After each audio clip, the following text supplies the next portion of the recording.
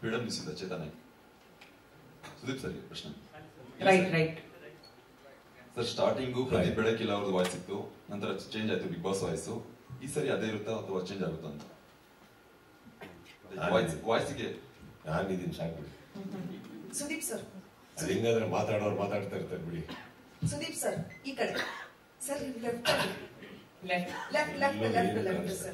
Sir ಕಳೆದ season ಅಲ್ಲಿ ಸಾಕಷ್ಟು ಜನರನ್ನ ಸ್ಟೇಜ್ ಇಂದ ವಾಪಸ್ ಕಳಿಸಿದ್ರಿ, ವಿರೋಧ ಕೂಡ ವ್ಯಕ್ತಪಡಿಸಿದ್ರು. ಸಾಕಷ್ಟು ಜನ ಸ್ಟೇಜ್ ಮೇಲೆ ಕರೆಸಿದ್ರು. ನಾವು ಅಚೀವ್ ಮಾಡಿದಂತಹ ಯಾವುದನ್ನು ಕೂಡ ಸ್ಟೇಜ್ ಮೇಲೆ ತೋರಿಸಲಿಲ್ಲ, ನಾವ್ ಏನೂ ಮಾಡೇ ಇಲ್ಲ ಅನ್ನೋ ತರ ತೋರಿಸಿ ನಮ್ಮನ್ನ ಅಲ್ಲಿಂದ ವಾಪಸ್ ಕಳಿಸಿದ್ರು ಅಂತ ವಿರೋಧ ವ್ಯಕ್ತಪಡಿಸಿದ್ರು. ಈ ಬಾರಿ ಕೂಡ ಅದೇ ರೀತಿಯಾಗಿ ನೀವು ಎಲಿಮಿನೇಟೆಡ್ ಮಾಡ್ತೀರಾ? ಬಂದಂತವರನ್ನ ವಾಪಸ್ ಕಳಿಸುವಂತದ್ದೇನಾದ್ರು ಇದೆಯಾ, ಅಥವಾ ಈಗ ಆಲ್ರೆಡಿ ಸೆಲೆಕ್ಟ್ ಮಾಡಿರೋ ಎಲ್ಲರೂ ಕೂಡ ಬಿಗ್ ಬಾಸ್ ಮನೆಗೆ ಹೋಗ್ತಾರಾ? ಲಾಸ್ಟ್ ಇಯರ್ ಅವ್ರು ಹೋದವ್ರಲ್ಲಿ ಯಾರಿಗಾದ್ರೂ ನೋವಾಗಿದ್ರೆ, ಬೇಜಾರಾಗಿದ್ರೆ ಖಂಡಿತವಾಗ್ಲೂ ಯಾವ ಚಾನಲಿನ ಉದ್ದೇಶನೂ ಅವ್ರನ್ನ ನೋಯಿಸ್ಬೇಕು ಮಾಡಬೇಕು ಅಂತ ಅಲ್ಲ. ಈಗ ಒಂದು ಸಿನಿಮಾ ನಾವು ಮಾರ್ಕೆಟ್ ಅಲ್ಲಿ ಬಿಡ್ತೀವಿ ಅಂದ್ಕೊಳ್ಳಿ, ಆ ಸಿನಿಮಾ ಚೆನ್ನಾಗಿ ಹೋಗಿಲ್ಲ ಅಂದ ತಕ್ಷಣ ನನಗೆ ಅವಮಾನ ಮಾಡಿದ್ರು ವೀಕ್ಷಕರು, ನನಗೆ ಪಿಕ್ಚರ್ ಓಡಿಸ್ಲಿಲ್ಲ, ಇವ್ರ ರಿವ್ಯೂ ಸರಿ ಬರಲಿಲ್ಲ ಅಂದ್ರೆ ಹೇಗೆ? ಇಲ್ಲಿ ಇಳಿದಿದ್ದೀವಿ ಅಂದ್ಮೇಲೆ ಎಲ್ಲ ಅಂತೆ ಹೋಗೋದನ್ನ ನಾವು ಫೇಸ್ ಮಾಡ್ಬೇಕಾಗತ್ತೆ. ಬಿಗ್ ಬಾಸಿಗೆ ಬಂದಾಗ ಅದರದೇ ಆದಂತ ಕೆಲವು ರೂಲ್ಸ್ ಇರುತ್ತೆ. ಗೊತ್ತಿದ್ದು ಬಂದ ಮೇಲೆ, ಗೊತ್ತಿದ್ದು ಆಟ ಆಡಿದ್ಮೇಲೆ, ಗೊತ್ತಿದ್ದು ವೇದಿಕೆ ಮೇಲೆ ಬಂದ ಮೇಲೆ ಅದನ್ನ ನಿಮ್ ಕೈ ಸಹಿಸ್ಕೊಳಕ್ ಆಗ್ಲಿಲ್ಲ ಅಂದಾಗ ಅವಮಾನವಾಗಿ ತಗೊಳ್ಳೋದು ಬಿಡೋದು ವೈಯಕ್ತಿಕ. ಬಟ್ ಒಂದು ಸಂಸ್ಥೆ ಮೇಲೆ ಆಪಾದನೆ ತೋರಿಸೋದು ಅದಕ್ಕಿಂತ ದೊಡ್ಡ ಅಪರಾಧ ಅಂತ ನನಗೆ. ಯಾಕಂದ್ರೆ ರೂಲ್ಸ್ ರೆಗ್ಯುಲೇಷನ್ಸ್ ಹೇಳದೆ ಯಾರು ಕರ್ಕೊಂಬಂದಿಲ್ಲ, ಎಲ್ಲರಿಗೂ ಎಲ್ಲ ಗೊತ್ತಿರುತ್ತೆ. ನೋಡಿ ಹಿಂಗಿರುತ್ತೆ, ಹಿಂಗಾಗುತ್ತೆ. ಸರ್ಪ್ರೈಸ್ ಆಗಿ ನಿಮಗೆ ನಾವೇನಾರು ಮಾಡಿ ಅವಮಾನ ಆಯ್ತು ಅಂದ್ರೆ ಅದ್ರ ಬಗ್ಗೆ ಮಾತಾಡೋಣ. ವೇದಿಕೆಯಲ್ಲೆಲ್ಲ ಹೇಳಿದ್ದಾರೆ ರೂಲ್ಸ್ ಹೀಗಿರುತ್ತೆ, ನೀವು ಬಂದ್ಮೇಲೆ ಅಲ್ಲಿ ಗೊತ್ತಿರೋರು ಬಸ್ ಮಾಡ್ತಾರೆ, ಹೋದ್ರು ಇಲ್ದಿದ್ರು ಇಲ್ಲ ಅಂತ. ಕರೆಕ್ಟ್? ಸೊ ಹಾಗಿರುತ್ತೆ. ಸೊ ಇವಾಗ ಫಾರ್ ಎಕ್ಸಾಂಪಲ್ ವಿನ್ನರ್ ಅಲ್ಲಿ ಕಾರ್ತಿಕ್ ಅವ್ರು ಆಕ್ಚುಲಿ ವಾಪಸ್ ಹೋಗಿದ್ರು, ವಾಪಸ್ ಬುಲಾವ್ ಬಂದವ್ರಿಗೆ. ಕರೆಕ್ಟ್? ಅದನ್ನ ಅವ್ರು ಅವಮಾನವಾಗಿ ತಗೊಂಡಿದ್ರೆ ಹೇಗೆ ಗೆಲ್ತಾ ಇದ್ರು? ಕೆಲವ್ರು ಹೋರಾಡ್ತಾರೆ, ತಪ್ಪು ಅಂತ ನಾವು ಹೇಳಕ್ಕಾಗಲ್ಲ. ಇನ್ನೊಂದು ಹೇಳ್ತೀನಿ, ಈ ಸೀಸನ್ ಅಲ್ಲೂ ಹಂಗೆ ಆಗುತ್ತಾ? ಆಗ್ಬಹುದು, ಆಗ್ದಲೇನೂ ಇರ್ಬೋದು. ಫಾರ್ಮ್ಯಾಟ್ ಏನು ಅದನ್ನ ನಾನು ಫಾಲೋ ಮಾಡಬೇಕಾಗುತ್ತೆ.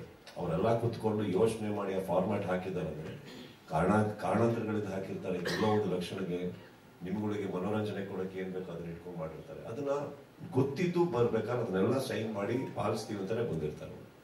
ಆಮೇಲೆ ಕುತ್ಕೊಂಡು ಮಾತಾಡ್ಬೇಕಾದ್ರೆ ಏನು ಮಾಡಕ್ಕ. ಪ್ರಶಾಂತ್ ಅವರಿಗೆ last 2 questions. Big boss OTT ಒಂದು ಸೀಸನ್ ಆಗಿತ್ತು, ಅದಾದ್ಮೇಲೆ ಅದು ಅಲ್ಲಿಗೆ ಸ್ಟಾಪ್ ಆಯ್ತು. ಅದನ್ನ ಮತ್ತೆ ಯಾವಾಗಾದ್ರೂ ಮುಂದಿನ ದಿನಗಳಲ್ಲಿ, ಮುಂದಿನ ವರ್ಷಗಳಲ್ಲಿ ಮಾಡಬೇಕು ಅಂತ ಯೋಚನೆ ಇದೆಯಾ?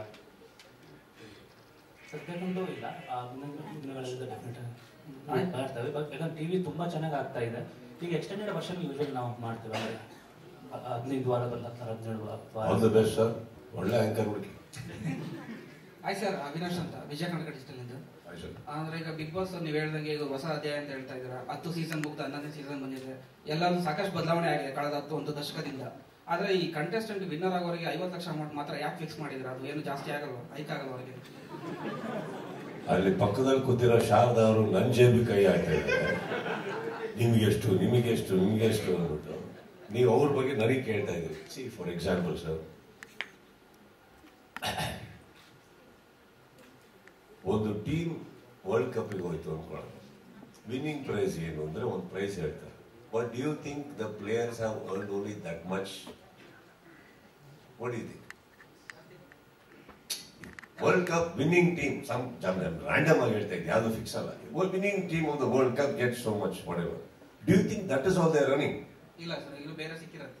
ಮತ್ತೆ they are running every day of their life. Big boss ಹೊರಗಡೆ ಇರ್ಬೇಕಾದ್ರೆ everybody is earning. Don't be in this misconception that ಅದು ಮಾತ್ರ prize. That is also an additional prize. ಅದು ಗೊತ್ತು ಸರ್. ಈಗ ಆಲ್ರೆಡಿ ಯಾಕೆ 8 to 3, ಇನ್ ನೆಕ್ಸ್ಟ್ 50 ಲಕ್ಷ ಯಾಕೆ ಅಂತ ಇವ್ರು ಇನ್ನೊಂದು ಯಾವ್ದೋ ತರೋದು. ಈ ಕಡೆಯಿಂದ ಬಜುಕಾಗಳು ಬರೋದು ನಮ್ಗೆ ಯಾಕೆ ಬೇಕು ಹೇಳಿ? Okay, last question. Correct. But one thing sir, nobody is going home unhappy. In fact big boss ಮಾಡಬೇಕಾದ್ರೆ ಪ್ರತಿಯೊಬ್ಬರು ಲೈಫಲ್ಲಿ ಏನು ಆಗಬೇಕು ಅಂತ ಕೆಲವ್ರು ಬರ್ತಾರೆ, ಕೆಲವರು ದುಡಿಮೆಗೆ ಬರ್ತಾರೆ, ಕೆಲವರು ದುಡಿಮೆ ತಡೆ ಹಿಡ್ಕೊಂತ ಗೆಲ್ಲಬೇಕು ಅಂತ ಬರ್ತಾರೆ. ಬಟ್ ಆಲ್ 3 ಸೆಕ್ಟರ್ಸ್ ಎಲ್ಲರೂ ತಗೊಂಡ್ರು, all of them they by very happy by the end of it. Trust. ಆಯ್ತು ಸರ್. ಆಯ್ ಸರ್ ಹೊಸ ಅಧ್ಯಾಯ ಅನ್ನೋ ಒಂದು ಹ್ಯಾಶ್ಟ್ಯಾಗ್ ಮಾಡಿರ, ನಿಮ್ ಪ್ರಕಾರ ಹೊಸ ಅಧ್ಯಾಯ ವ್ಯಾಖ್ಯಾನ ಏನು? I mean respect to this season. So I think the way team ಪ್ರತಿ ಸಲ they surprise you just like that ನನ್ನನ್ನು ಸರ್ಪ್ರೈಸ್ ಮಾಡ್ತಾ ಇರೋದು. ಈ ತರ ಒಂದು they come out with tasks, the way they handle the task and ಅವ್ರ creative team think ಮಾಡೋ ರೀತಿ ಇರ್ಬೋದು. ಇವಾಗ ಹೊಸ ಅಧ್ಯಾಯ ಅಂತ ಏನಾಗಿದೆ ಅಂದ್ರೆ, ನೀವು ಹ್ಯಾಪಿ ಅಂತ ಬಂದಾಗ ಇವ್ರು ಆಕ್ಚುಲಿ ನೀವು ಹೇಳಿದ್ರಿ ಲಾಸ್ಟ್ ಇಯರ್ ತುಂಬಾ ಕ್ಲಾಸ್ ತಗೊಂಡೆ ಅಂತ ಮೇಡಮ್ ಹೇಳಿದ್ರು. ಆಕ್ಚುಲಿ ಲಾಸ್ಟ್ ಇಯರ್ ನಾನು ಜಾಸ್ತಿ ಕ್ಲಾಸ್ ತಗೊಂಡಿಲ್ಲ ಯಾರಿಗೂ. ತುಕಾಲಿಗೆ ಮಾತ್ರ ಅವ್ನು ಸ್ವಲ್ಪ ಮಾತಾಡಿದ್ದೆ, ಬಿಟ್ರೆ ಯಾರಿಗೂ ಇಲ್ಲ ಅಂತ ನನ್ನ ಪ್ರಕಾರ. ಒಂದ್ಸತಿ ಅವ್ರು ಯಾರು ರೆಡಿ ಇಲ್ಲ ಅಂದಾಗ ಒಂಚೂರು ಬಂದಿದ್ದು. But no, actually no, last year very happy season. Not ಪ್ರತಿ ಸೀಸನ್ ಹಾಗೆ ಇರಲ್ಲ ಅನ್ನೋದಕ್ಕೆ ಇದು ಹೊಸ ಅಧ್ಯಾಯ.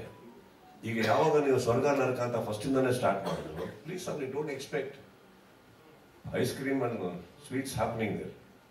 ಅಲ್ಲಿ ಆ ಕಡೆ ಈ ಕಡೆ ತುಂಬಾ ಇರುತ್ತೆ, ಕಾಂಪಿಟೇಷನ್ ಚಾಲೆಂಜಸ್ ಜಾಸ್ತಿ ಇರುತ್ತೆ. ನಿಮಗೆ ಹೊರಗಡೆ ಕಳ್ಸೋದಕ್ಕೆ ಜಾಸ್ತಿ ಜನ ನಿಂತಿರ್ತಾರೆ, ಗೆಲುವು ನಿಮಗೆ ಬಹಳ ದೂರ ಅನ್ಸುತ್ತೆ, ಕಷ್ಟಗಳು ಜಾಸ್ತಿ ಇರ್ತವೆ.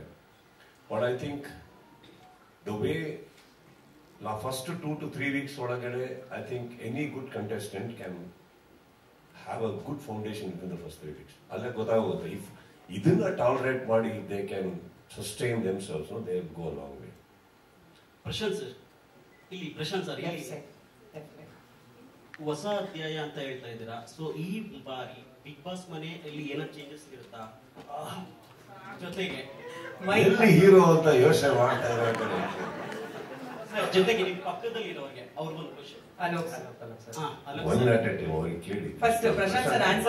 ಬಿಗ್ ಬಾಸ್ ಮನೆ ಏನೋ ಚೇಂಜಸ್ ಇರುತ್ತಾ ಹೊಸ ಅಧ್ಯಾಯಕ್ಕೆ? ಹೌದು, ಚೇಂಜ್ ಇರುತ್ತೆ. ಬಟ್ ದಯವಿಟ್ಟು ಎಪಿಸೋಡ್ ನೋಡಿ, ಎಲ್ಲ ನಾವು ಈಗ ಹೇಳ್ಬಿಟ್ರೆ ಇಂಡಿಯನ್ ಟಾಯ್ಲೆಟ್. ಅಲೋಕ್ ಸರ್, ನೀವು ಮೊದಲಿಗೆ ಮಾತಾಡ್ಬೇಕಾದ್ರೆ ಬಿಗ್ ಬಾಸ್ ಎಲ್ಲಾ ಕಡೆ ಚೆನ್ನಾಗಾಗ್ತದೆ, ಸೌತ್ ನಾರ್ತ್ ಎಲ್ಲಾ ಕಡೆ ಚೆನ್ನಾಗಾಗ್ತಿದೆ ಅಂತ ಅಪ್ರಿಸಿಯೇಷನ್ ಬಂತು. ನಾನು ಆಗ್ಲೇ ನನ್ನ ಕಲೀಗ್ ಶಾರದಾ ಅವ್ರದ್ದು ಹೇಳಿದಾಗೆ ನಾನು ಸುದೀಪ್ ಸಾರಿ ಕೇಳಲ್ಲ, ನಿಮ್ಗೆ ನೇರವಾಗಿ ಕೇಳ್ತೀನಿ. ಸಲ್ಮಾನ್ ಖಾನ್ಗೆ ಬಿಗ್ ಬಾಸ್ 18ಗೆ ಹತ್ತತ್ರ 350 ಕೋಟಿ ರೆಮ್ಯುನರೇಷನ್ ಸಿಕ್ಕಿದೆ ಅಂತ ಒಂದು ರೂಮರ್ಸ್ ಇದೆ.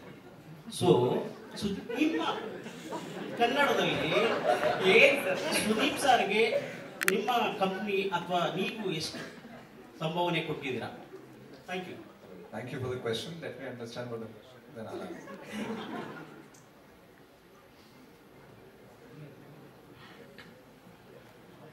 Actually, ಒಳ್ಳೆ question. You just believe that there's only 354 crores. Yeah, see, you know, market news are more also. I hear in the Hindi market, people talk about 1,000 crores also.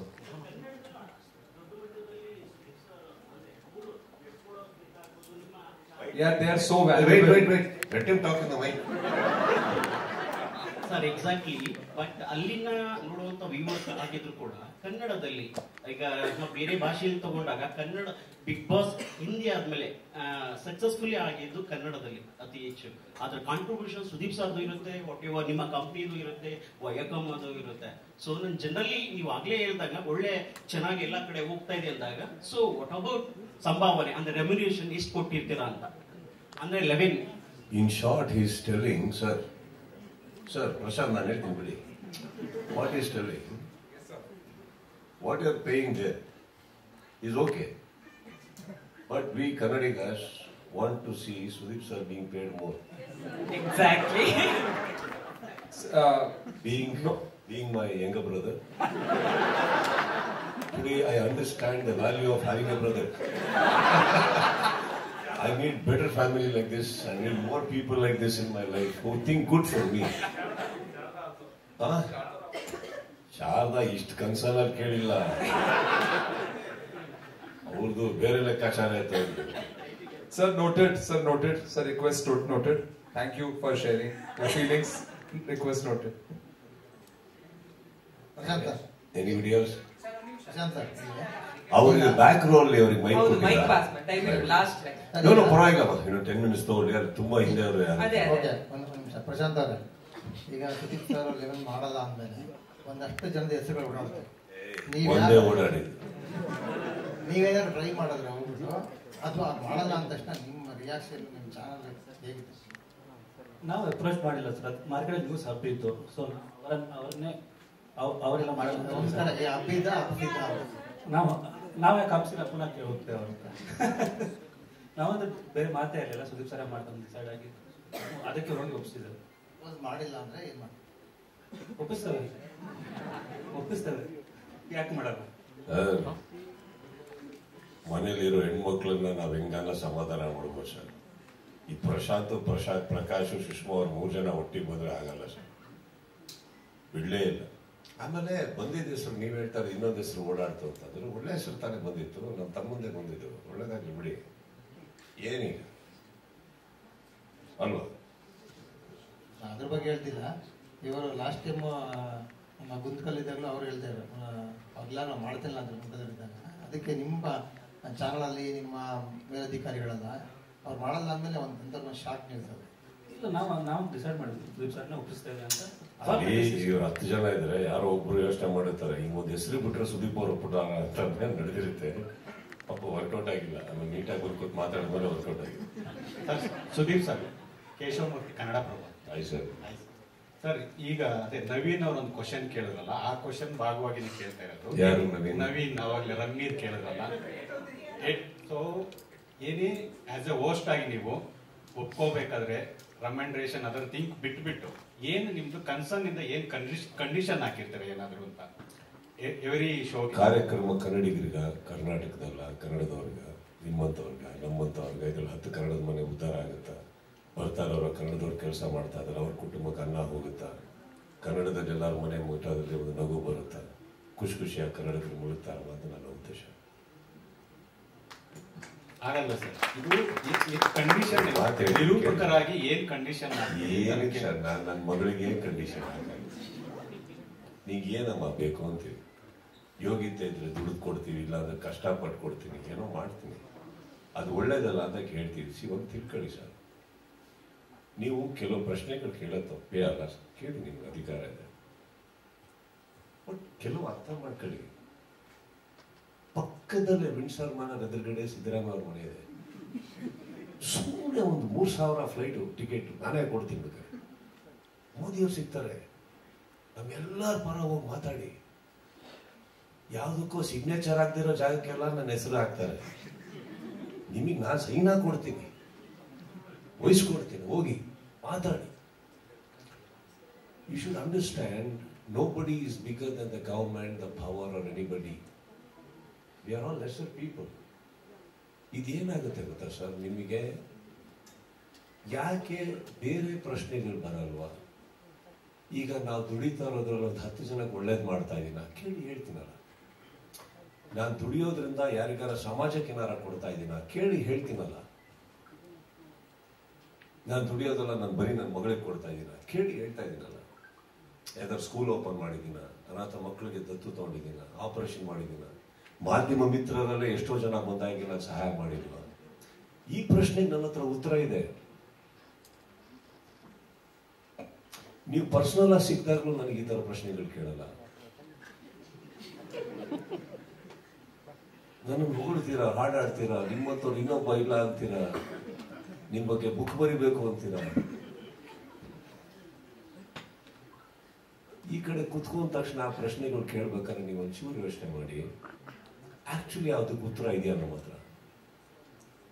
ಯಾರು ಅಲ್ಲಿ ಮೇಲ್ಗಡೆ ಕುತ್ಕೊಂಡು ಅಧಿಕಾರದಲ್ಲಿ ಇದು ಓಕೆ ಅಂತ ಕೊಟ್ಟಾಗ ಸರ್ ಒಂದು ನಿಮಿಷ ಸರ್, ಇಲ್ಲ ಒಂದೇ ನಿಮಿಷ, ನಾನು ಅದನ್ನ ಇಲ್ಲ ಸರ್, ನಾನು ಅದನ್ನ ಸ್ಪಷ್ಟಪಡಿಸ್ತೀನಿ.